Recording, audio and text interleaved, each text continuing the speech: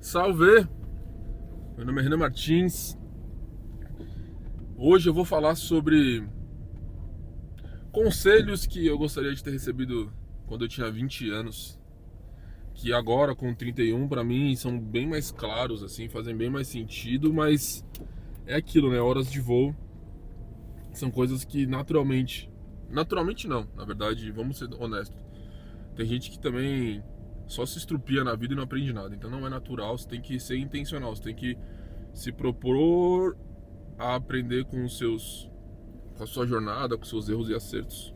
É, Se inscreve no canal, já deixa seu like, vamos junto nessa jornada aí. São conselhos que eu gostaria de ter ouvido. Pode ser que você não gostaria, pode ser que não sirva pra você. Eu não tenho intenção nenhuma de ser a verdade absoluta aqui. Eu, eu só tenho o compromisso de falar a verdade das coisas que aconteceram comigo. Fechou? Vamos lá. Cara, quando eu tinha 20 anos, eu tinha aquela falsa sensação de que eu era muito maduro, né? Porque geralmente nessa época você convive com pessoas muito mais novas que você. Você fica no meio, né? Tipo, a galera de 25 você já acha que é super velha, tá ligado? Eu lembro que tinha meu pessoal de 25 anos assim, você achava que, meu, já era maduro, que já tava passado do tempo. E a galera de 17, tipo, era muito nova. Então é um meio termo meio foda. É uma época meio complicada, assim, de meio termos. E aí, cara, eu tô tomando um cafezinho aqui, um café com leite, porque hoje eu saí um pouco mais tarde de casa e trouxe o lanche pra comer no carro. E o primeiro conselho que eu gostaria de ter ouvido é: calma, vai dar certo. O primeiro deles. Um vídeo anterior aí, quando eu tava passando nesse mesmo lugar, eu tava falando sobre isso. Sobre ter tranquilidade que as coisas iam acabar dando certo, tá ligado? E essa tranquilidade, ela é muito mais fácil de você ter quando você tem uma estabilidade financeira, quando você tem uma família abastada, não necessariamente tipo assim muito rica, mas uma família, pô, que te consiga te bancar, tá ligado? Uma família que consiga sustentar você. é, Só que você, com 20 anos, cara, você já tem que se virar, tá ligado? Você tem que ter dinheiro pra fazer as coisas. A vida é cara.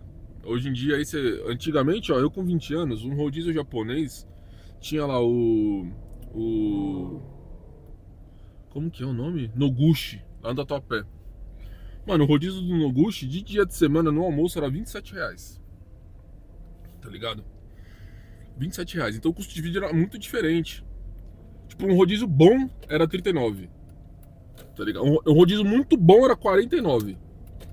Tipo, um rodízio de R$ 99, velho, era hoje em dia o que é o Nami Sushi, tá ligado? Eu nem sei o quanto que era o Nami na época, nem sei se ele existia na época, mas é o equivalente. Sei lá, você faz as contas aí, mas eu acho que é o equivalente. E, cara, quando você tem essa idade, você precisa ter dinheiro pra poder dar rolê, pra poder ter uma namorada, pra poder é, sair com seus amigos e conhecer lugares, ter uma vida social. E quando você não tem, você fica sempre naquela incerteza, tá ligado? De que se as coisas vão realmente dar certo. Tipo, você fica naquela incerteza. é, E é uma incerteza que deve pairar na cabeça de muitos e muitos e muitos e muitos jovens da cidade hoje em dia. Ainda mais agora, tá ligado? É, com esse fenômeno aí, esse movimento, essa mudança, revolução da inteligência artificial. Hoje em dia eu tava vendo uns dados ali que, cara, são preocupantes, assim. Eu tô fazendo um MBA em AI, inclusive. Nesse momento, minha especialização tá sendo em AI, inteligência artificial, pela University of Illinois. E, cara, tipo assim, é um pouco alarmante a situação do jovem, tá ligado? Da relação do trabalho, a relação dos jovens com o trabalho. Hoje em dia tá cada vez mais difícil do jovem se concentrar. Eu tava conversando com o pessoal na academia lá que tem tipo 16 anos, 16, 17 anos. Velho, as lições de casa é tudo feita com AI, então a galera não aprende mais nada. Ai, meu microfone. A galera não aprende mais nada direito. E não tem mais a capacidade de concentração e foco. Ou seja, vai azedar em algum momento, entendeu? Vai azedar, não tem jeito. Ixi, mano. Tá ligado, né? Tá ligado. Foi mal, galera. Problemas técnicos aqui. Meu microfone, pra quem não sabe, fica escondidinho aqui no meu cabelo, ó. E aí eu fui chacoalhar o cabelo e desarrumei o microfone. Então, vai dar tudo certo, mas desde que você tenha um plano e que você faça as coisas certas. Eu tô lendo um livro chamado... Eu li um livro, na verdade, chamado A Ciência de Ficar Rico. E ele fala... Ele ensina a maneira como você faz as coisas darem certo. Existe uma maneira de você pedir, uma maneira de você orar, e eu fiz isso. Eu fiz isso quando eu passei no trainee. E eu já tinha 23, né? Que é o seguinte, você precisa pedir, mas pedir da maneira correta. Você precisa pedir visualizando. Você precisa fechar os olhos, se imaginar naquela situação e agradecer e ser grato por aquela situação como se você já tivesse aquilo. Então, isso é bem importante você saber como faz. Tá ligado? E você não duvidar, você acreditar que vai dar certo. Não é algo... É quase que algo matemático e que depende de você. E é difícil porque você olha pro lado é só notícia ruim. Você olha pro lado é violência, você olha pro lado é guerra, você olha pro lado é problema. Só que você precisa blindar a sua própria mente pra conseguir ignorar tudo isso. Foi o que eu fiz, velho. De novo, perdi meus pais muito jovem, com 6 anos de idade. Mudou completamente minha vida. Estudei numa escola pública, que era uma escola humilde. Eram pessoas, cara, todo mundo acho que ali com uma situação financeira até que semelhante, eu diria. Mas não tinha tanta perspectiva, tipo assim, não tinha tanta perspectiva. Não é igual você estudar no Bandeirantes ou nesses colégios de Playboy que, mano, todo mês tem uma feira de carreira lá já, desde criança, você escola bilíngue, e aí o pai do seu amiguinho, ele é diretor da Amazon, tá ligado? Não tinha esse contexto, tá ligado? Tipo, já fui ameaçado com arma na minha cara na escola. Tá? Então, quando você sai de uma situação dessa, e aí logo cedo eu pensei, pô, vou escolher fazer escola técnica, que era um caminho super de vitória, assim, pra situação que eu tava. Poucas pessoas ali, eu não diria nem menos de 10, sei lá, uns 5% aí dos alunos, eu vou fazer essa conta um dia. 5% dos alunos, no máximo, foram pra ETEC, da minha escola, né? Do primeiro eu tava séria, pra fazer o colegial na ETEC. E depois da ETEC fui fazer USP. Então, eu sempre acreditei que as coisas iam dar certo. Beleza. Mesmo sem dinheiro, em um contexto de adversidade. Mas o que você tem é você mesmo, é a sua cabeça, velho. Então eu sempre procurei, eu sempre quis saber histórias, eu sempre... eu não tinha pai, mas eu tinha pai de amigos. Tipo, o pai do meu melhor amigo, ele, pô, trampava pra caralho, eu vi ele trampando, eu, tipo, perguntava, eu queria saber como que era trampar pra caralho, tinha 2 empregos. O tio desse meu melhor amigo trampava numa grande montadora aí, Mercedes. Então eu viajava o mundo, eu olhava aquilo e falava, uau, tipo, quero, tá ligado?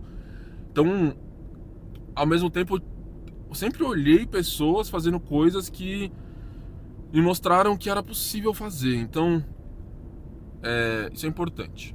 Tá? Então eu dediquei bastante tempo pra falar do primeiro ponto. Se você tem 20, 25 anos, cara, vai dar certo, só que você precisa estar fazendo, você precisa estar em movimento. O seu movimento vai gerar movimento, o seu poder de criação mental vai gerar as coisas, você vai construir as coisas, mas você tem que pensar e fazer. Tá? O segundo ponto, cara, você precisa, quer dizer, você não, né? Eu gostaria de ter aproveitado melhor algumas oportunidades de enxergar tendências. O que eu quero dizer com isso? Você precisa enxergar a tendência antes dela já ser uma tendência. Você tem que, e aí eu acho que é muito sobre isso minha formação, minha graduação em marketing, que é uma graduação muito focada em estatística, né? Então você precisa conseguir saber o que vai acontecer lá em 2027 para você já começar esse movimento em 2025, tá ligado? Eu comecei no YouTube tarde. Na verdade eu comecei no YouTube cedo, eu só não conseguia ter disciplina para acompanhar. Eu comecei meu primeiro vídeo no YouTube, sei lá, de 2009. Que é um vídeo que tem mais visualizações que vários dos meus vídeos atuais eu nunca divulguei. Pra você ver como é a vida. Então, você precisa ter essa capacidade. Eu queria ter tido essa capacidade de ter identificado tendências antes. Como que eu poderia ter feito isso? Difícil. Mas conversado mais com mais pessoas que estavam no mercado. Eu comecei a identificar isso já quando eu comecei a trabalhar, né? Quando eu tava na Alpargatas, eu via, né, que foi meu primeiro estágio, que foi quando eu comecei a ter dinheiro e quando eu comecei a falar, opa, vai dar tudo certo, né? Porque tá muita relação, tem muito a ver, velho, não tem como você não... E aí as coisas começam a acontecer, nessa época que eu tava na Alpargatas, nas minhas primeiras férias, eu fui viajar, eu ficava mentalizando, assim, as coisas. Fui viajar, fui pra Caraguatatuba, depois fui fazer uma trilha em Trindade, eu ficava mentalizando. E eu não tinha barraca, não tinha... Não, na verdade, eu tinha uma barraca, mas eu não tinha lugar pra ficar, tá ligado? Eu não tinha um camping, que tava tudo reservado. E aí eu ficava mentalizando isso, cara. Tipo assim, vai dar certo, eu vou achar um camping, eu vou encontrar alguma pessoa que vai me ajudar. Aconteceu tudo isso exatamente na hora que eu desci do busão. Nós atravessou a Serra lá a pé, enfim, isso tudo numa férias minhas do estágio. Então já me permitiu eu ir adiante, tipo, me permitiu ir pro Rio de Janeiro pela primeira vez. O estado do Rio, né? Não a cidade do Rio. E você identificar tendências, o que eu faço e fiz para identificar tendências? Cara, primeira coisa, é meio básico, né? Ler pesquisa. Você tem que ter a capacidade de ler pesquisa. Isso é chato, óbvio que isso é chato. Isso talvez seja muito coisa dos mais antigos, né? Como eu diria assim, dos mais acadêmicos. Porque a ciência, né? A produção científica é muito baseada em pesquisa, é muito baseada em falar com as pessoas e tal. Então, se você não quer ler pesquisa, você pode fazer isso de várias formas. Você pode conversar. Pô, você tem algum... Como eu falei, eu tinha o tio do meu amigo. Eu usava muito do meu tempo conversando com ele, perguntando, sendo curioso, tipo, querendo saber o que ia por vir, como que era o trabalho dele, como que ele ia muito pra Alemanha, como que era a Alemanha, o que estava acontecendo na Alemanha, o que estava acontecendo no mundo, como que era o futuro das montadoras. Então, se você não tem paciência de ler, pegar um relatório lá do Fórum Econômico Mundial e ler ele e falar, né, e tentar ali tirar alguma tendência, aí eu vou chegar lá. Conversa com as pessoas, tá? Conversa com as pessoas e tenta fazer. Eu faço muito isso, eu converso muito com as pessoas. Beleza. Outra coisa, o próximo ponto, né? É identificar a tendência. Então, outra coisa que eu gostaria de ter tido de conselho mais jovem, que ainda é relacionado com identificação de tendência, é cuidar da sua saúde. E por que isso tem a ver com identificação de tendência? Cara, uma das coisas que eu via muito era essa questão do equilíbrio entre trabalho e vida pessoal, né? Isso já é falado há muito tempo. E durante esses 10 anos aí dos 20, desde que eu comecei a trabalhar, na verdade, dos 23, dos 20, dos 21, dessa época que eu comecei a trabalhar pra agora, eu descuidei muito da minha saúde. E agora com 31, eu ainda sou jovem, cara. Eu fui fazer um exame ali em dezembro ou novembro, de bioimpedância. Que é aquele exame que você mede no nutricionista ou em alguma outra especialidade médica, nutrólogo, sei lá. É, que você tem lá os seus dados, seu peso, um raio-x do seu corpo, meio que de um ponto de vista da nutrição, da metabologia. E cara, eu tava com a idade metabólica de 50 anos, sendo que eu tenho 31 anos. E tipo assim, isso foi uma coisa construída ao longo desses anos, não é que de uma semana pra cá eu pisei na jaca e deu ruim, tá ligado? Não, tipo assim, de 10 anos pra cá, mano, o álcool, noites mal dormidas, estresse pra caramba, falta de consistência na academia, falta de alimentação adequada, muita viagem, muito coffee break, não ter uma rotina.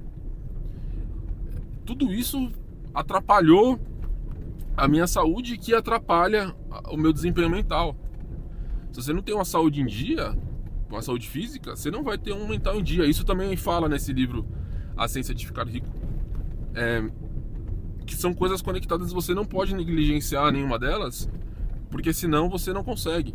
E aí ele tem lá, não faça o trabalho de hoje, no trabalho de amanhã. Hoje, você vai ter tempo suficiente amanhã. É um pouco ambíguo isso, né? Por tudo que a gente vem conversando e por tudo que a gente aprende. De ter essa maturidade, de ter essa disciplina. Mas eu vejo as pessoas lá, mais seniors. Mano, eu fico pensando, né? Tipo assim, a pessoa é diretora, tem 3 filhos e tal. E, cara, essas pessoas estão performando bem no trabalho, estão evoluindo, estão progredindo. De novo, entra em toda a questão de recursos recursos e apoio, né? Rede de apoio. Mas ao mesmo tempo também tem isso da pessoa ter uma lógica de fazer tudo que é preciso ser feito da maneira correta. Então, e cuidar da saúde eu vejo que é meio unânime, assim. É meio impossível, pelo menos na carreira que eu escolhi, é meio impossível pra mim continuar progredindo na minha carreira se eu não cuidar da minha saúde, cara. Porque uma coisa tá completamente correlacionada com a outra, tá? Que mais que é importante? Crenças limitantes. Não tenha crenças limitantes. Eu sempre tive uma crença limitante de que eu não precisava ter carro, que eu não queria ter carro. Cara, eu podia ter comprado um carro há muito tempo atrás. E eu sempre precisei de carro. Só que como eu tinha essa crença na minha cabeça, então eu achava que eu não tinha dinheiro, eu achava que eu não precisava. Eu colocava um monte de empecilho pra não ter essa parada, tá ligado? Pra não ter... Pra não ter isso. E agora eu tô sentindo que eu tô nessa fase, mas com a casa própria, sabe? E, gente, vamos lá.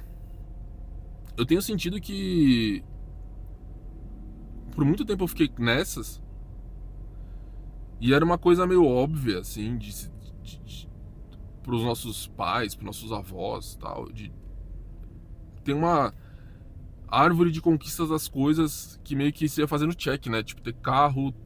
Na verdade, acho que primeiro talvez você fosse até ter casa, né? Ter uma casinha, ter sua própria casinha, ter seu próprio carrinho, ter filhos, ter, enfim, plano de saúde. Então, não, eu também queria ter tido conselho, ainda na parte de... Eu vou voltar na parte de saúde.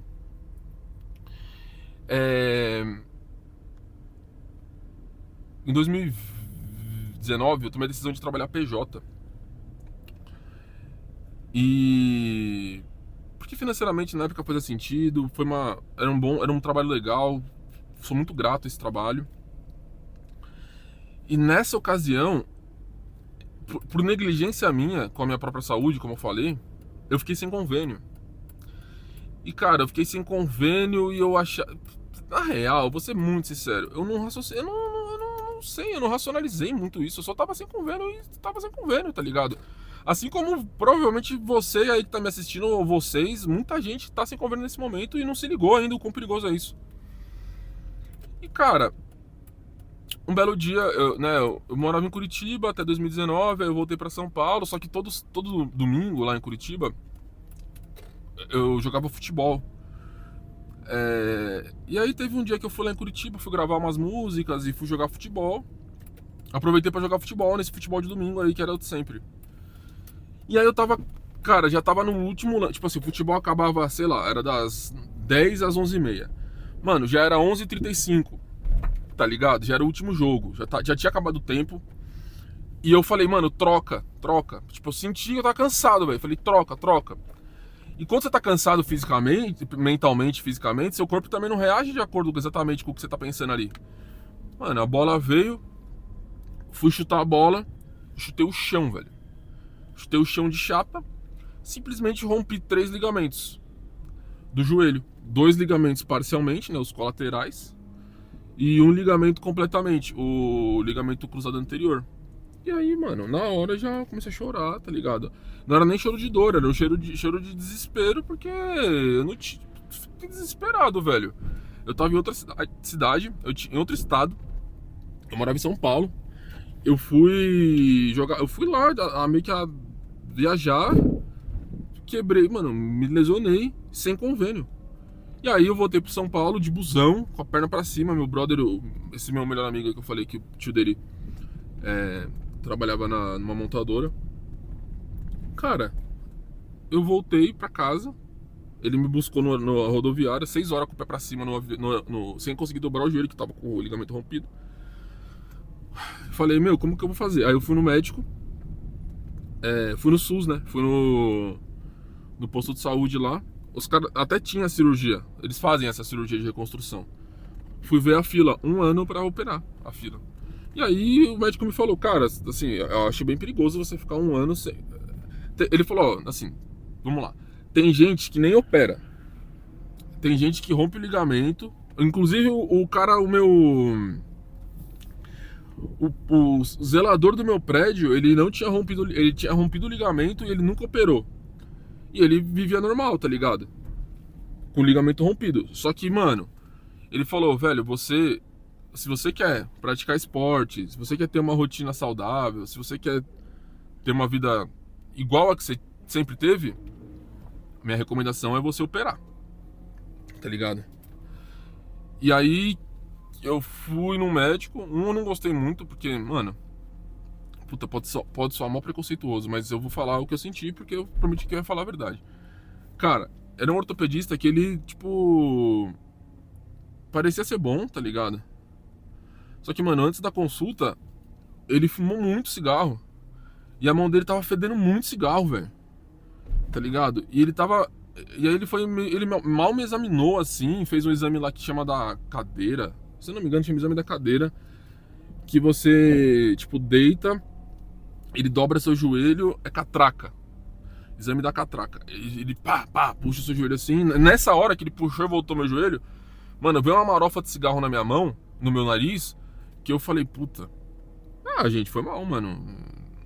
Não sei, me passou pra um médico, tá ligado? Que ia me operar, que ia, mano, abrir minha perna e fazer um procedimento. Eu fiquei meio inseguro, velho, vou ser sincero, tá ligado? Aí eu fui em outro médico, que era o Dr. Mota, inclusive recomendo muito. O Dr. Mota, ele é presidente do. Ou ele era na ocasião, não sei se ele ainda é, mas na ocasião ele era presidente do Conselho de Ortopedia da parte de joelho da USP. Então, ele é médico, tipo, da USP, assim, ele é professor lá. Se eu não me engano, ele é professor lá, mas ele ele atende no hospital. Fiz a consulta com ele pelo Hospital das Clínicas, que tinha um. Quando eu tava nessa jornada aí de tentar entender, eu fui procurar, né, cara? Eu fui procurar o melhor médico que tinha de joelho. Encontrei ele, vi que ele fazia a consulta pelo Hospital das Clínicas. Tinha um preço bem diferente, assim, do que a consulta dele normalmente é R$ 1.000, sei lá. Na época, já. 800 a R$ 1.000. E no Hospital das Clínicas era tipo 400, tá ligado? Eu tinha um dinheirinho guardado. Aí eu falei, ah, mano, eu vou investir, tá ligado? E eu fiz essa consulta. E aí ele. Cara, irmão, na moral, a consulta durou tipo 1h30, tá ligado? Ele me fez 1 milhão de perguntas, ele examinou meu joelho de vários jeitos. Eu já levei a ressonância pronta pra ele, porque eu já tinha feito. Também paguei no particular a ressonância, tipo, sei lá, R$ 250, mais 400 do médico. mais, sei lá, 200 do outro médico. Eu gastei uns R$ 1.000 só nessa brincadeira de ver o joelho. Aí eu falei pra ele, cara, eu fui sincero, eu falei, cara, eu tô sem dinheiro, velho, eu tô sem convênio, eu não tava esperando ter um problema dessa dimensão. E ele me ajudou, tá ligado? Ele fez uma condição melhor pra mim ali, ele me ajudou ele, tipo, cara, parcelou tudo que dava pra parcelar, fez desconto, meio que cobrou bem pouco, assim, porque eu sou aluno da USP. Como eu sou formado na USP, ele também era, tipo, eu entendi que ele tinha meio que um, um trabalho ali pra comunidade da USP, tá ligado? E aí eu operei o joelho, cara, fiz a fisioterapia, foi super doloroso, mas meu joelho voltou ao normal. Ficou até melhor do que o outro, assim. E ele falou isso que ia acontecer mesmo, e ele disse uma coisa que me marcou muito. Falou, cara, você vai é, sair da cirurgia andando. Essa é a minha metodologia.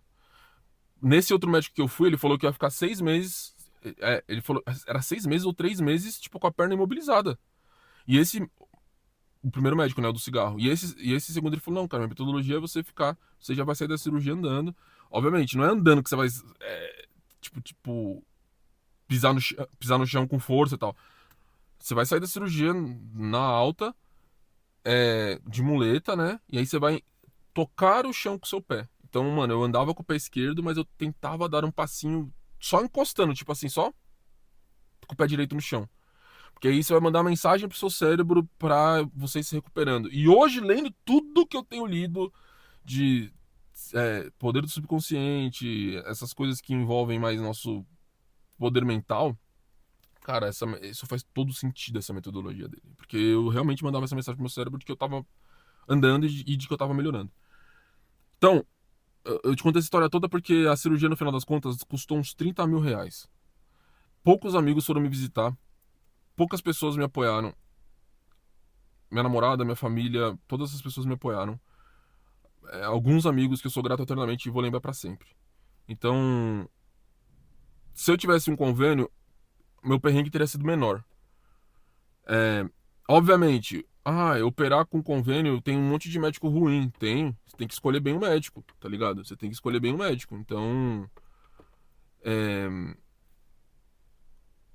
mas a ressonância eu não teria pago, teria tido algum tipo de reembolso, teria várias coisas ali que eu teria economizado um pouco. Beleza. Dito isso. E o último ponto que eu lembrei aqui, que é um ponto extra, é. Nessa de buscar tendência, foi onde eu vim parar no meu trabalho atual. Eu estava estudando as tendências. Em 2021 eu estava lendo o relatório de futuro do emprego de 2022 ou de 2021. De 2021. E eu vi lá cloud. Falei, cloud, AI, e-commerce. E eu falei, caramba, cara. E aí eu comecei a pesquisar vagas disso. Comecei a procurar vagas disso, vagas disso, vagas disso. E vi que tipo, tinha umas vagas assim dessa área de cloud, nas Big Techs. Cara, no LinkedIn tinha sido postado há uma semana, tinha tipo 3 candidaturas. Literalmente não tinha pessoas para trabalhar nessas áreas. E eu comecei a me aplicar nessas vagas, depois de eu ter feito esse estudo, né, de ler a tendência, de procurar o que estava acontecendo no mundo. E cá estou hoje, trabalhando em uma dessas empresas aí. Gigantes do cloud, gigantes da AI. Então, que sirva. Esse conselho serviu para mim, né? De sempre estar antenado às tendências, de sempre estar procurando e de, sempre tentar olhar onde as pessoas não estão olhando.